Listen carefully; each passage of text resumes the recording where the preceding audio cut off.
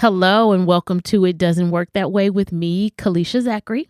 And it's me, Kachelle Zachery. Hey, Kachelle. Kalisha, it's so great to see you. It's good to see you too, friend. How your week been? Personally, it's been a lot. So, It's a lot going on. It's a lot. We are entrepreneur, business women, bosses. Define boss. I feel like that word's been hijacked. It has, but shout out to Kalisha. I'm bossy. I'm the first one.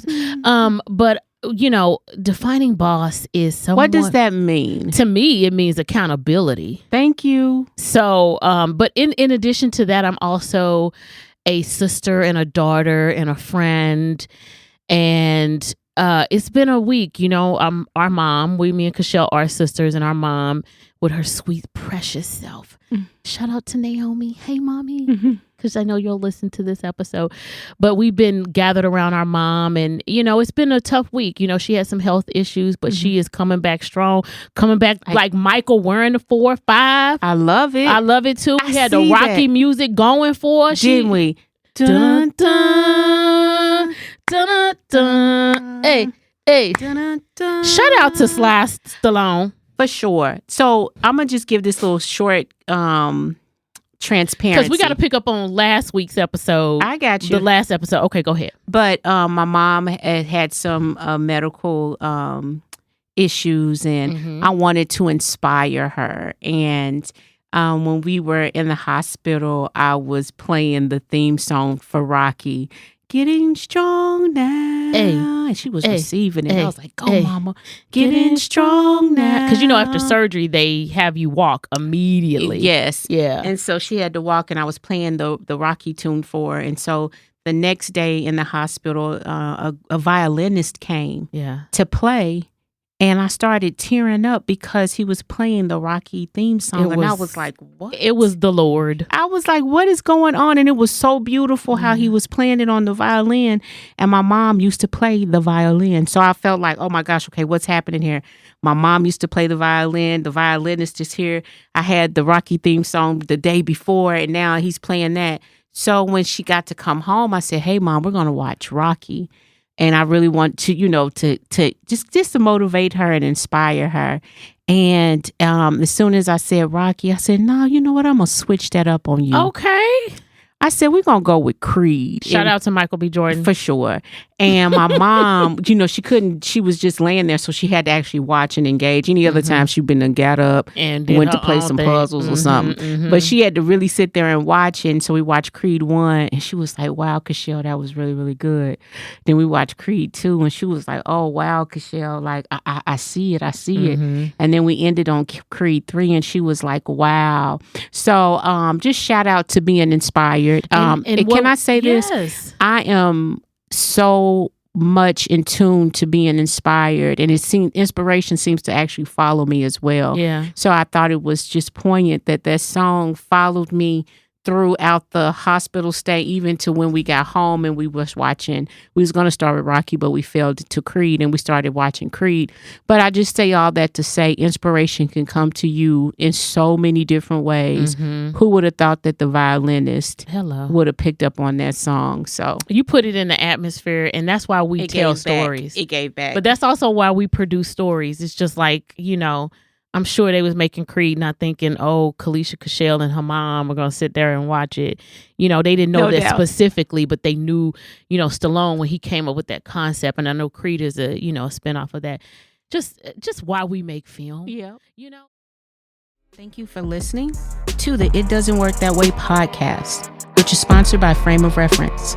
The series explores the vulnerable and often hectic lives of a close group knit of friends and provides a truthful evaluation of how fear and past misfortunes can define our present point of view. You can stream season 1 of Frame of Reference on Prime Video. But back on topic. We talked about last episode contracts and the need of it as an independent creative.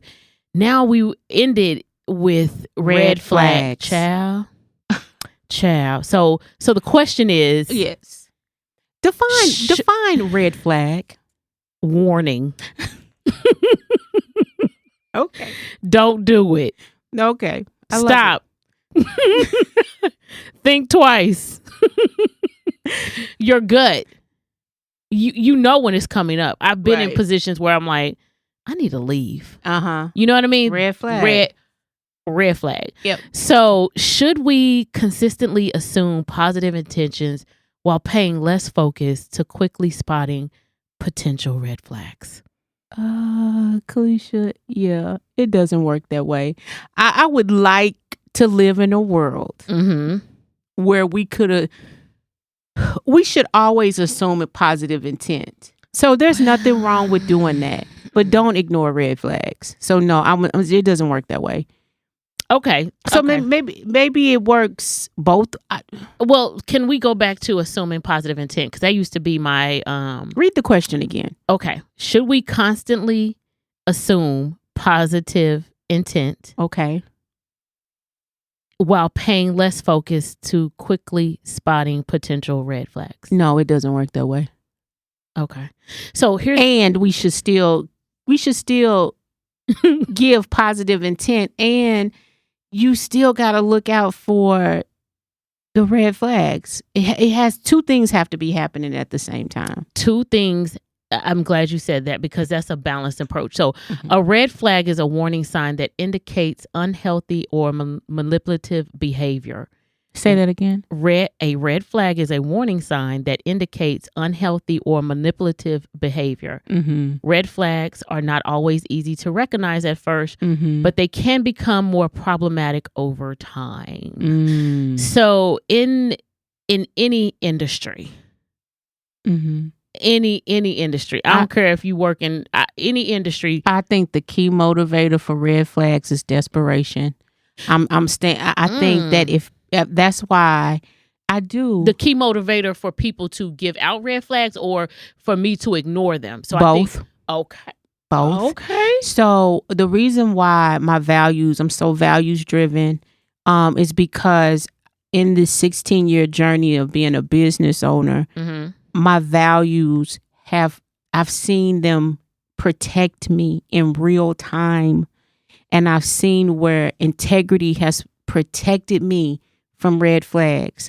I've seen where patience has shielded me from red flags. And I've seen where respect has guarded me from red flags. And so I take my time on everything. My goal is to frustrate every single person that could ever think about getting near me. I'm going to take my time with you. I'm going to take my time with myself. I'm going to take my time with my projects. I'm going to take my time with the whole gamut. And it's almost the antithesis of what's happening in the world today because everything moves so quick, fast. You're right. So when you hear people like, oh, it depends. Okay. I can hear people like, it took y'all 5 years to do one project. I know, that's so weird. And then to me. they'll say it like they're saying it to me like they're trying to insult me. And I'm like, you're not insulting me when Quentin Tarantino is only going to do 8 films. You're not insulting over the span of his career. And you're not insulting me when I compensated and paid every single person that's ever even came for rehearsals. Every single person that's ever came through a WATZS Productions has been compensated, has been paid. So I had to. It took time to do that. Yeah. And I wanted to do it legally, morally, and right. Right. And so that if what you constitute as an insult, I think is a compliment. Let's make patience. What do you call it? I don't want. Can I say it? Let's make patience sexy again. I don't like that. I don't say either, but let's just make patience attractive. Okay, I like that better. Yes. Let's make patience attractive again. Yes. To me, patience is the most attractive attribute that you could ever possess to me. We were talking to someone, a very prominent businessman, and I think he said, when I tell my clients about a project, minimum 36 months. And that's minimum. And my heart smiled because I was like, yeah. And as a producer, when people can technically, if you take what you see on social media and everything, they're producers. Correct. Right? I always think, these are potential filmmakers, producers. Yes. Like, it's there and they're producing something, but then they have to produce it so fast, so quick that you want like, okay, where's the business in this? Thank you for listening. It Doesn't Work That Way podcast is sponsored by the WATZS Announcer. The WATZS Announcer is a media brand that covers the amazing emerging talents in the entertainment industry, including movies, TV, and more. The inaugural episode features the cast of Frame of Reference, hosted by Amanda Gaddison. The exclusive interview will be available only on the WATZS Prod YouTube channel. Be sure to subscribe for notifications. We are talking about business. And when you talk about business, red flags number one for me, Kachelle, is lack of a contract. And I remember, and I have to tell this story, and I won't get into specifics, but it was one person that was like, I'm going to do this, I'm going to do that, and I'm going to do this. And I remember being on the phone, and I was like, don't you pick up a broom.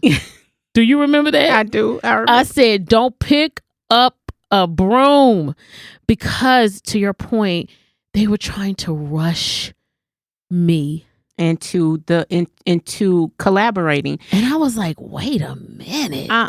Even when we send out our contracts for our projects, we like sit on that a week. And then we like 2 weeks if you need it. You know what I'm saying? I don't want to rush anybody. I really want you to understand. I really want you to understand what you're coming into.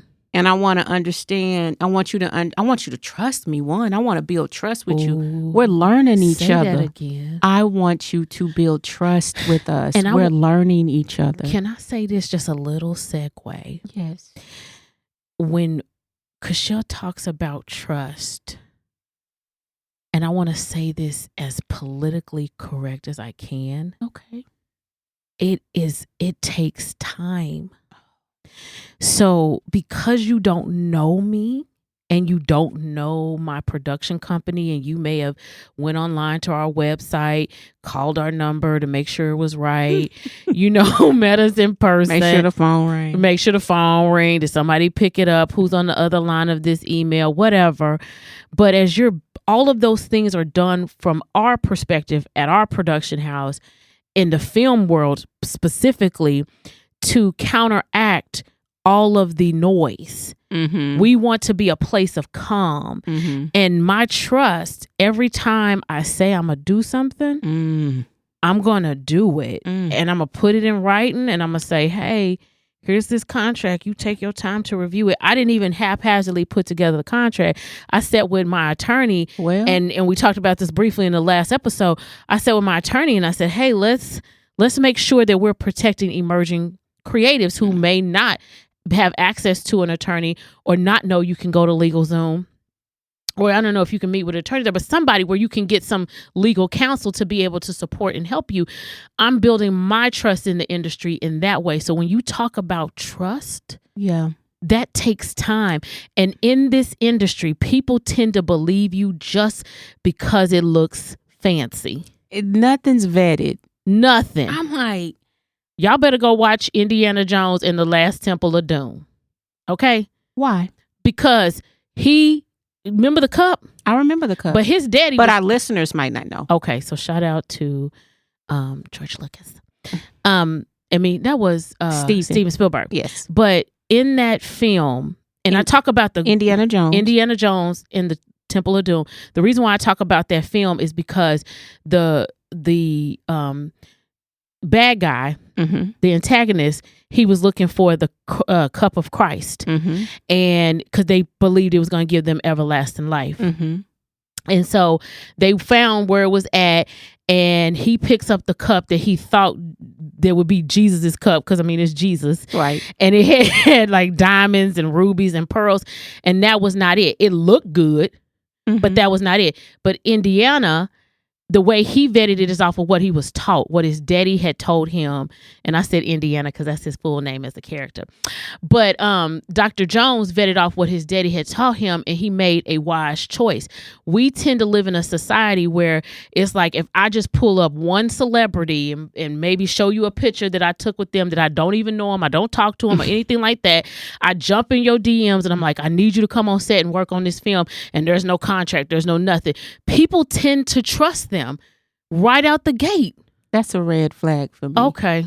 Another red flag for me is anytime I see you're enough. Thank you. When I see any conversation or if I just see like it look like you're trying hard. Can you give me an example? Just you said it like you're flashy leading cup. With the flashy cup, or I know Beyonce. And, you know the photo with the celebrity, which I just I don't even know how to digest that. Like, I don't want your picture. I don't want a picture with you. But what am I gonna do with it? Nothing, because I can't take it to the bank and cash it. People are creating their own level of revenue off of this perceived relationship, or maybe it is even a real relationship. I don't know. Keyword perceived. Right. Red flag. Okay. So when I don't discern like enough like self-worth and self-confidence, like just all you need to sell me on is you. You don't need to bring nobody else into the equation. All I need to know is, what is Kalisha good at? What can Kalisha do? What is Kalisha accountable to? What is Kalisha going to state that she's responsible for? I want to get to know you. And I don't want to get to know you because I see you in a photo with a recognizable person. Well, Kachelle, can I say this too, though? And we said we're going to be very transparent on here. Yes. People, and we've met celebrities. All the time. I got some photos that, whatever. Yeah, whatever. But when the society tends to glorify the red flags. They do, and that's a smoke and mirror. It is, but they will call our green flag. Let's be honest. I'm gonna be honest with y'all. Come on, green We've gotten flag. called cornballs. Eye rolling. Truly, because am I a cornball because I was good on that invoice? No, I mean that's trust. Is it a cornball because I have a contract? It's a cornball because it's not. I have an NDA. But that's how we're me being transparent. I get you. Like, it's not that I care, right? Because life is going on. What people think about you is just that. What they think about you. You got to know what's true. And I thank God I know who I am. Cool. So I laugh at it now, like, oh, they think we corny, but it's not corny to be aware. It's not corny to be responsible. It's not corny to recognize the game. It's not. I mean, it's not corny to recognize red flags. It's not corny. I'm gonna tell you what's lame. What's lame? Taking advantage of people. Which is why they'll be like, "You don't need no contract. You That's don't have lame. to. You don't have to do all that." That's lame. Or if they do get a contract, they're so rushed at it. It's poor it's poor grammar. Go off the other red flags. It's poor grammar and typos. It's red flag. It's one person was like, I was on set all night and we ran over and nothing went on time. And now in film, even if you're at the biggest sets, there's things that happen, right? And as a producer, you have to be the leader there and you have to make up for it and make stuff happen. But if it is to where it is just egregious and there's no order, you didn't even know where to be, you got last minute text messages, you felt unsafe, there was no real communication. Red flag. You're not going to be able to recognize those red flags if you moving at 100 miles an hour. Facts. You have to slow down. I think for me on this episode, positive intent is good. It is because to your point, when you're in film, anything can happen. Anything. You could lose a day. We lost a day. I remember we lost a day. And but let me tell you something. We knew the night before we lost that day. We knew the day before that we weren't going to be able to fully commit to the following day. Yep. So we communicated to the team that, hey, we won't be able to. And I had people flying in, so they had to fly in. We paid them for the day anyway. They got a free day in Dallas, and then they had to fly right back out. But we were so organized that we were able to communicate that this day was going to be lost, and we're sorry for inconvenience. I remember going to the hotel talking to everybody on the time. We went and sat down with everybody and connected with them. Then one night we just happened to film so late that our team was just exhausted and communication didn't go out to the cast to let them know that we were pushing time up a little bit. So assume positive intent. Everybody is not just, falling, having moments where they're falling down. But use some discernment too, because and I pray that people use discernment, because that was like in the middle of the shoot, and it was just, if you were there, you would know, like, hey, it was on the last day. This is uncontrollable. Right. There's some things that are just totally uncontrollable. And there's some things that are just sloppy. We don't know what you're doing it for. And in this industry, sometimes you have to stop production. Facts. Okay. Sometimes it doesn't go the way that it's supposed to go. And because we're not shooting 25 films in a year. You know what? That's another episode. It is. I'm like, I'm seeing this where people are like saying, like, I'm going to film like 15 films in 1 year. What? Like, how are y'all doing that? Season 2. Okay, let's talk about it, season 2. But I do want to touch on what you talked about was desperation. A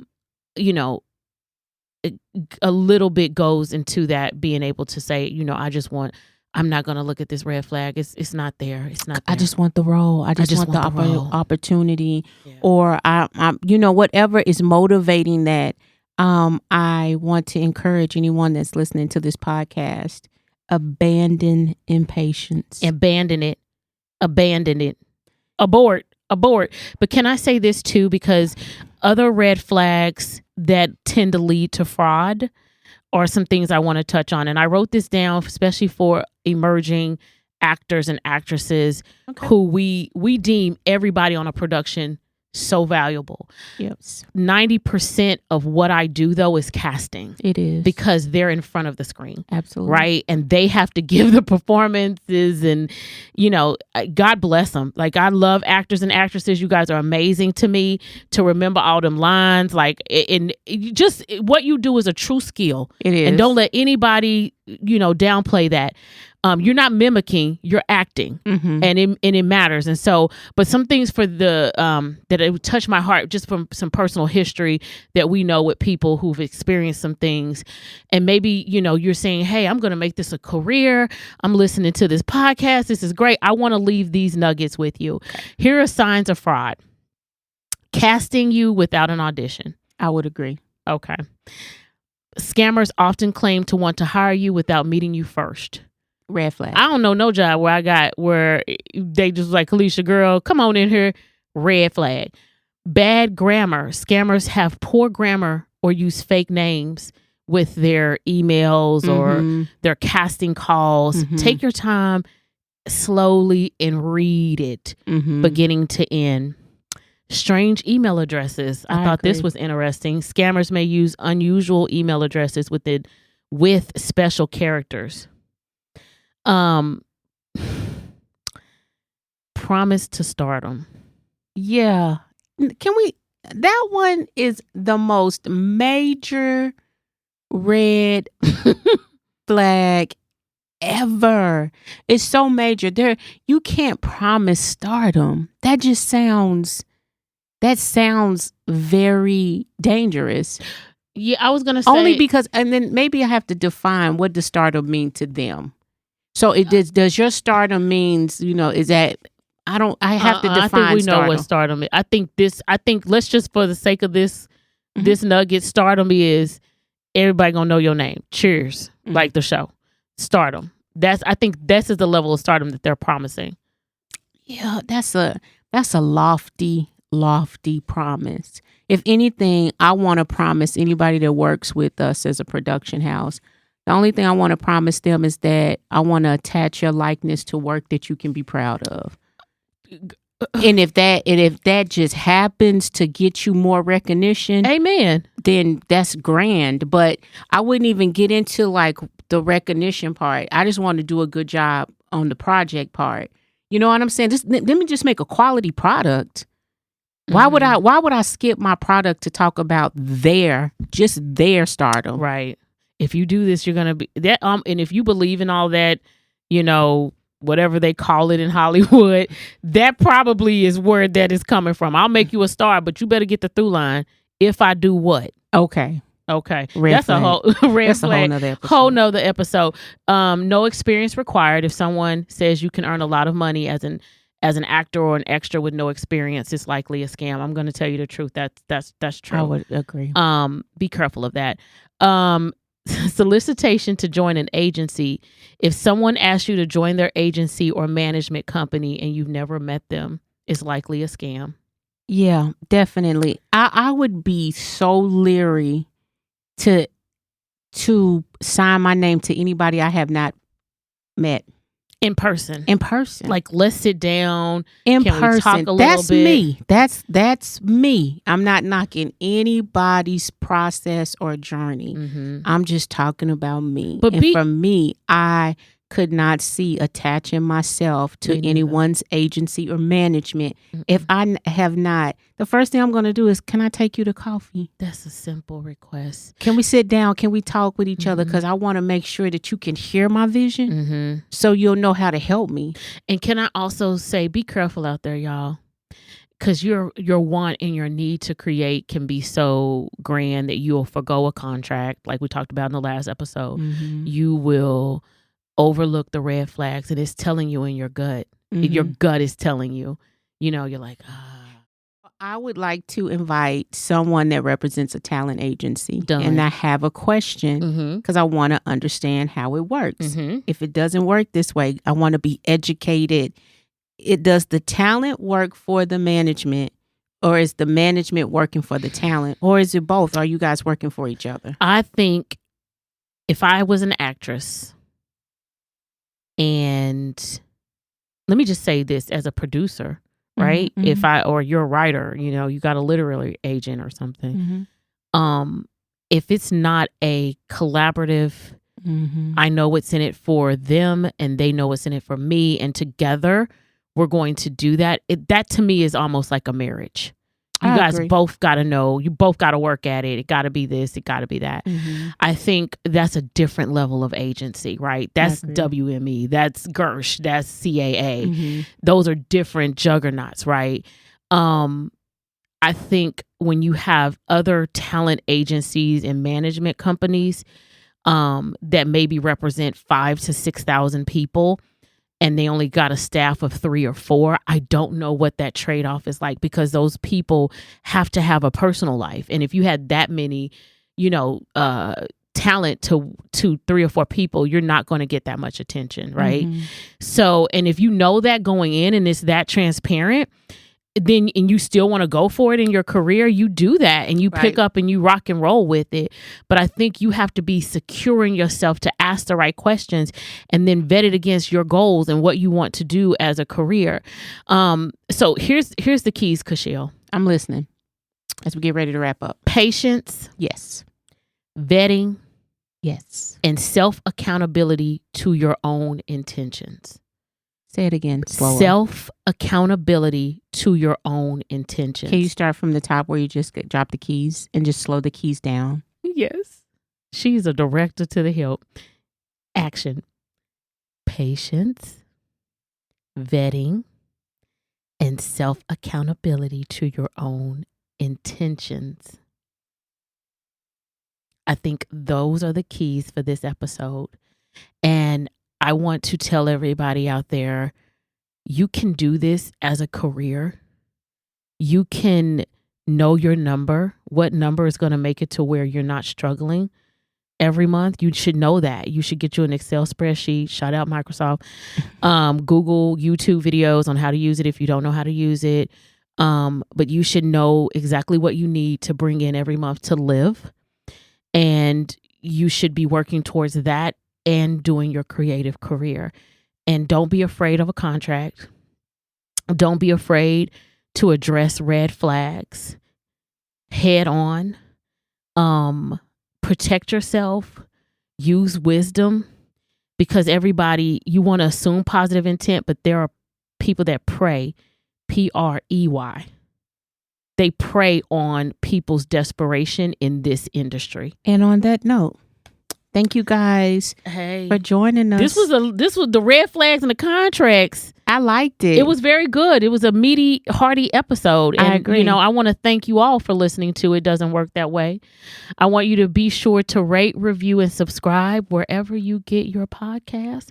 And we absolutely adore every listener. Thank you so very much. Kachelle, this was good. This was impactful. It was impactful, and it was I felt like it's needed. Anybody that is tuning into It Doesn't Work That Way, you should always come to our episodes with an expectation that these two women are gonna really level set it, keep it real, and if it doesn't work that way, how does it work? Okay. All right, you guys, we'll see you next time. Thank you for joining us. Bye. Bye.